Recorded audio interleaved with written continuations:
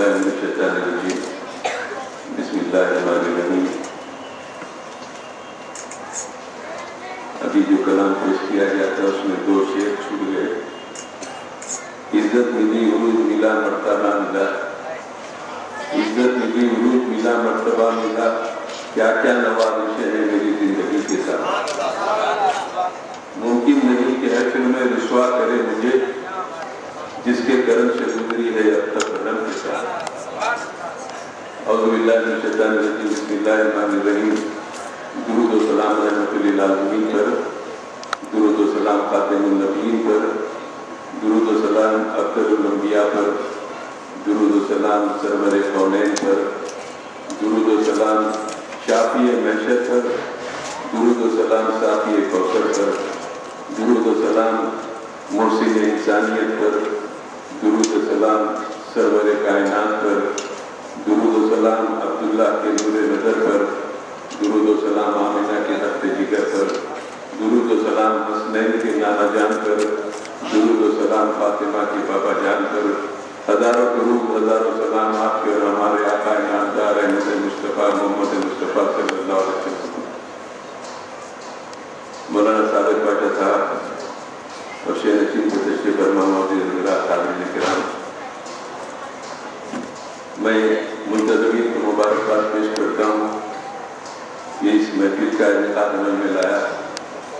خاص طور پر یقیناً میلاد پاک کا مقدس مہینہ ہم پر سایہ فگن ہے، لیکن آج کی شب نوجوانوں کے لیے یہ محفل ایک قائد خیر کے لیے ثابت ہو سکتی ہے. 31 دسمبر ہے، نئے سال کا آغاز ہے. ہیپی نیو ایئر بنانے والے کی کوشش کرتے ہیں اور پھر صبح اٹھ کر good morning good evening good night کہہ دیتے ہیں. رات میں گھر میں اماں کا انتقال ہوگا، صبح آ کے گڈ مارننگ کہتے ہیں. صبح اچھی ہو، شام میں گھر جل گیا، رات میں آ کے گڈ نائٹ کہتے ہیں. یہ تمام چیزیں اپنی ڈگر کو چھوڑنے سے آپ کو کچھ حاصل ہونے والا نہیں ہے. ارے ہمارا سلام جو ہوتا ہے وہ ہر حال میں، چاہے موت ہو خوشی ہو، سلام علیکم سلامتی کا پیام دینا. لیکن دنیا یہ انگریزوں کی نقل کر کے، ارے ہمارا نیا سال تو محرم سے شروع ہوتا ہے، جہاں اسلام میں اسلامی مہینے کا آخر جو مہینہ ہے وہ ذی الحج کا مہینہ ہے، جس میں عیسیٰ اور قربانی کی تعلیم دی گئی. پہلا مہینہ ہمارا محرم کا ہے، جس میں اللہ کی راہ میں اپنی جان کے نذرانے کو پیش کرنے کا درس دیا گیا. وہ محرم جس میں عاشورہ آتا ہے، عاشورے کی بہت کئی فضیلتیں ہیں، لیکن اس عاشورے میں 61 ہجری کا جو واقعہ ہے وہ عاشورے کی فضیلت، اس کی اہمیت کا وہ آخری باب ہے جہاں میدان کربلا میں حضرت حسین نے جام شہادت نوش فرمایا. آپ اندازہ کیجئے سرکار دو عالم کے رخ پر انوار کا عالم کیا ہوگا، جب جس کا ذکر ہے قرآن میں رخسار کا عالم کیا ہوگا، جب ان کے گدا بڑھ دیتے ہیں شاہان عالم کی جولی، محتاج کا جب یہ عالم ہے مختار کا عالم کیا ہوگا.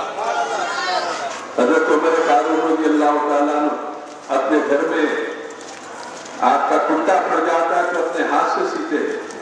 امیر المومنین ہیں حضرت عمر کے تعلق سے سرکار فرماتے ہیں کہ عمر جس راستے سے جاتے ہیں شیطان اپنا راستہ بدل دیتا.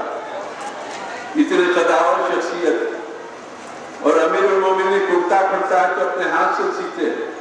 سورج پوری تیزی کے ساتھ نکلتا ہے، کڑک دھوپ ہوتی ہے. روایت میں ہے کہ سورج کی کرنوں سے حضرت عمر کے جسم کو چرکے لگنے لگے. حضرت جسم کو چرکے لگنے لگے تو غصے کے عالم میں سورج کو حضرت عمر نے گھوم کے دیکھا تو سورج کی روشنی میں مدھم ہو گئی. سورج کی روشنی مدھم ہو گئی. عمر کا جب یہ عالم ہے تو سرکار کا عالم کیا ہوگا، محتاج کا جب یہ عالم ہے مختار کا عالم کیا ہوگا. سرکار سے جس نے اپنے آپ کو وابستہ رکھا، اللہ نے اس کی بصیرت میں، اس کی سماعت میں وہ تاثیر دی کہ وہ جس چیز کو دیکھ لے اس پہ اثر انداز ہو جائے. حضرت عثمان غنی رضی اللہ تعالیٰ دربار میں بیٹھے ایک شخص آتا ہے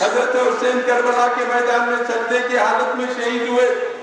یہ سب اللہ کی راہ میں نمازوں کو ترک نہیں کیا, تلواروں کے سائوں میں نمازوں کو ادا کیا اور حالت نماز میں شہید ہو گئے. سرکار کا ارشاد ہے جو شخص جیسا جیے گا ویسا مرے گا اور جیسا مرے گا روز آخرت ویسی اٹھے گا. نمازی نماز کی حالت میں مرے گا, افضل موت اور خاتمہ بالخیر ہوگا, اور روز محشر میں نمازی نماز کی حالت میں اٹھے گا. تو یہ تعلیمات کی ضرورت ہے کہ ہمارا نیا سال شہادت کی درس سے, شہادت کی تعلیم سے شروع ہوتا, ہمارا آخری سال قربانی پہ ختم ہوتا کہ اللہ کی راہ میں اپنے آپ کو قربان کر دو. حضرت ابراہیم اپنے لبِ جگر حضرت اسماعیل کو ذبح کرنے تیار ہو گئے. اللہ نے حکم دیا تو اللہ کی محبت, اللہ کی رضا میں چھری لے کر اپنے صاحبزادے کے گردن پہ چلانے لگے. چھری کا کام تو کاٹنے کا ہے, لیکن چھری چلتی لیکن گلا اسماعیل کا نہیں کرتا. آخر میں چھری کو پٹک کر حضرت ابراہیم نے کہا کہ کیا بات ہے چھری, تو کیوں نہیں گلا کاٹ رہی ہے اسماعیل کا؟ اللہ نے چھری کو زبان دی تو چھری نے کہا اے ابراہیم, جس کے حکم پر تم اپنے اولاد کو اللہ کی راہ میں پیش کر رہے ہو وہ تمہارا پروردگار نہیں, میرا بھی پروردگار ہے, اور مجھے حکم دے رہا ہے خبردار اسماعیل کا گلا کٹنے نہ پائے, خبردار اسماعیل کا گلا کٹنے نہ پائے. یہ قربانی ہے اولاد کی. آج ہر ایک کا ایک تکیہ کلام ہوگا. ارے آپ کیا سے جان حاضر ہے, جان قربان ہے. سالار ملت رحمت اللہ علیہ بولتے تھے کہ آج کے زمانے میں سب سے سچی چیز یہی ہے, خالی باتوں کے جان قربان. سالار آپ کے آستے آخری قطرہ خون بہا ہوگا, سالار میں پہلا تو گرا. یہ روایت میں دکنی محاورات بن گئی. اللہ کی محبت میں, اللہ کی رضا کے لیے اسلام کی راہ میں اپنے جانوں کے نذرانوں کو پیش کرنے کے لیے تیار ہو جاؤ. جو مقام شہادت سے واقف ہو جائے گا اس کو شہادت کی تمنا رہے گی, جو ناواقف ہے اس کو دنیا کی محبت رہے گی. تو میں آپ سے عرض کر رہا تھا کہ نوجوانوں کو جہاں نئے سال کی خوشیاں منانے سے روکنا, آج کی محفل میں جتنے لوگ شریک ہے, ہو سکتا ہے کوئی نوجوان جانے کی تمنا رکھتا تھا, سڑکوں پہ گھومے پھرے لوگوں کے اچھے اغیار کے پاس, لیکن یہ محفل کی وجہ سے یہاں ہے, اس کا ثواب بھی منتظمین جلسہ کو ملے گا. یہ جلسہ ایک مقصدی جلسہ ہو گیا, اور پھر ہماری روایتوں کو بھی ہم کو چھوڑنا چاہیے. ربیع الاول شریف کا مہینہ آیا, میلاد کے جلسوں میں آئے, تقریر سن لیے چلے گئے, فلاں نے یہ کہا, اس کی بات ایسی تھی, اس کی بات. ارے کوئی ایک مقرر کی بات آپ کو پسند آ جائے تو اس پہ عمل پیرا ہو جاؤ, اس پر عمل شروع کر دو. آپ عمل شروع کر دیں گے تو جلسے انعقاد جلسے کا مقصد حل ہو جائے گا. رسول کریم صلی اللہ تعالیٰ علیہ وسلم کا اسوہ حسنہ ایک جامع سیرت طیبہ ہے. مسلمان کے پیدا ہونے سے مرنے تک سرکار کی سیرت ہم کو رہنمائی کے لیے کافی. ہم کو کسی تعلیمات کی طرف للچائی کی نظر ڈالنے کی ضرورت نہیں ہے. نوجوانوں کو چاہیے کہ وہ نبی کریم صلی اللہ علیہ وسلم کے ارشادات پر عمل پیرا ہو جائے, اور سرکار کا حکم ہے کہ تم اپنے ماں باپ کی عزت کرو, تعظیم کرو. منبر رسول پر آمین کہا تو صحابہ نے پوچھا کیا بات ہے, تو سرکار فرماتے کہ جبرائیل امین آ کے کہنے لگے ہلاک ہو جائیں وہ لوگ جو اپنے ماں باپ کو پاتے ان کی خدمت نہیں کرتے. تو سرکار نے آمین فرمایا. اگر تمہارے پاس تمہارے لیے کوئی نعمت ہے تو تمہارے ماں باپ ہیں, ان کی قدر کرو, ان کی تعظیم کرو, ان کی خدمت کرو, ان کی دعاؤں سے ترقی کرو. جو اولاد اپنے ماں باپ کی دعا سے ترقی کرتا ہے اللہ اس کی ترقی کو لازوال ترقی بنا دیتا ہے, کبھی زوال اس کی ترقی کو نہیں آتا. دنیا کے لوگ دعا دیں گے, دعا تو بہرحال دعا ہوتی ہے, لیکن ماں باپ کی دعا میں اللہ نے جو طاقت جو تاثیر رکھی ہے دنیا کے کسی شخص کے کسی انسان کی دعا میں وہ طاقت آپ کو نہیں ملے گی. تو ماں باپ کی دعا بہت جلد قبول ہوتی ہے, اس لیے ماں باپ کو اف تک کہنے کا حکم نہیں ہے. ان کی تعظیم کرو, ان کو خوش رکھو. رسول کریم صلی اللہ علیہ وسلم نے فرمایا کہ جو اولاد اپنے ماں باپ کو دن میں ایک مرتبہ محبت بری نظر ڈالے تو اللہ تعالیٰ اس کے حصے میں ایک حج کا ثواب عطا فرماتا. صحابہ نے کہا یا رسول اللہ صلی اللہ علیہ وسلم اپنے ماں باپ کو ہم دن تمام بھولتے رہے. سرکار فرماتے ہیں کہ تم بھولتے جاؤ وہ نوازتے جائے. یہ مقام ہے ماں باپ کا. 4 ڈگریاں لے لیے, تھوڑا پیسہ آ گیا تو ماں باپ کو نظر گرا کے دیکھنے لگے. ارے ماں باپ خون و پسینے کی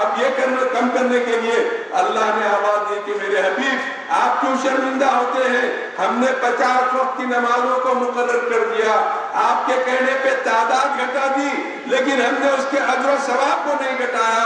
آپ کی امت پڑھے گی 5 وقت نماز، ہم 50 وقت کی نمازوں کا ثواب آپ کی امت کو عطا کریں گے۔ اللہ ایک بار جو حکم دیتا ہے اس میں کوئی ترمیم تبدیلی نہیں ہوتی، تو دنیا والے کیسے جرأت کریں گے کہ اللہ کے قانون میں ترمیم کریں؟ اللہ کے قانون میں کون ترمیم کر سکتا ہے؟ کس کو اختیار ہے؟ یہ ہمارا اللہ کا قانون، ہماری کتاب قرآن مجید کوئی ملک کا دستور نہیں ہے، حالات کے لحاظ سے 27 وقت اس کو تبدیل کر دیے۔ یہ قرآن مجید ہے، نزول قرآن سے لے کر آج تک مسلمانوں کے ہر حالات کا جواب دینے کی اگر کسی میں طاقت ہے تو وہ قرآن مجید میں ہے، وہ قرآن مجید میں ہے۔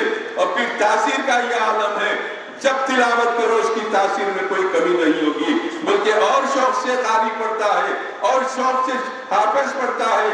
اس کے اندر ایک دلکشی ہے، اس کے اندر ایک جاذبیت ہے، قرآنی تعلیمات کو سنتے ہیں، پڑھتے ہیں، عمل کرتے ہیں، تو انہی کے حق میں قرآن باعث شفا اور شفاعت کے باعث بن سکتا ہے۔ بہرحال رسول کریم صلی اللہ علیہ وسلم کی میلاد پاک کے اس مقدس مہینے میں ہم کو چاہیے کہ ہم کئی مقرر آپ کو کئی انداز سے مخاطب کریں۔ میرا اپنا انداز کچھ الگ ہے، سمجھ میں آیا نہ آیا بول نہیں سکتا، لیکن دلوں کو پھیرنے والا اللہ، توفیق دینے والا اللہ، جس کو جو توفیق ملے گی وہ راہ راست پر آ گیا۔ ابو جہل کے ہاتھ میں کنکریاں ہیں، پوچھنے لگا سرکار سے کہ برخوردار میرے ہاتھ میں کیا ہے بتاؤ، تو سرکار نے فرمایا کہ میں بتاؤں یا وہ میری گواہی دیں گے؟ تو کنکریوں سے کلمہ سنا، کنکریاں کلمہ پڑھنے لگے، تو بھی انہیں خیال نہیں ہوا، کنکریوں کو پھینک کر کہنے لگا بہت بڑا جادوگر معلوم ہوتا ہے۔ اللہ کی توفیق نہیں تھی اس کو۔ ارے جس کو پھیرنا ہے اللہ تعالیٰ آنے واحد میں ان کے دلوں کو پھیر دیتا ہے۔ وہ نوازنے پہ آئے تو نواز دے زمانہ، وہ کریمی جو ٹھہرے تو کرم کا کیا ٹھکانا۔ ان کے انداز کرم خاص ہوا کرتے ہیں، دل بڑھانا ہو تو دل توڑ دیا کرتے ہیں، کسی آئین کی پابند نہیں، دین ان کی چاہتے ہیں تو خطاؤں پہ عطا کرتے ہیں۔ اللہ تعالیٰ ہم کو اس اسنا پر عمل کرنے کی توفیق عطا فرمائے۔ وآخر دعوانا الحمدللہ۔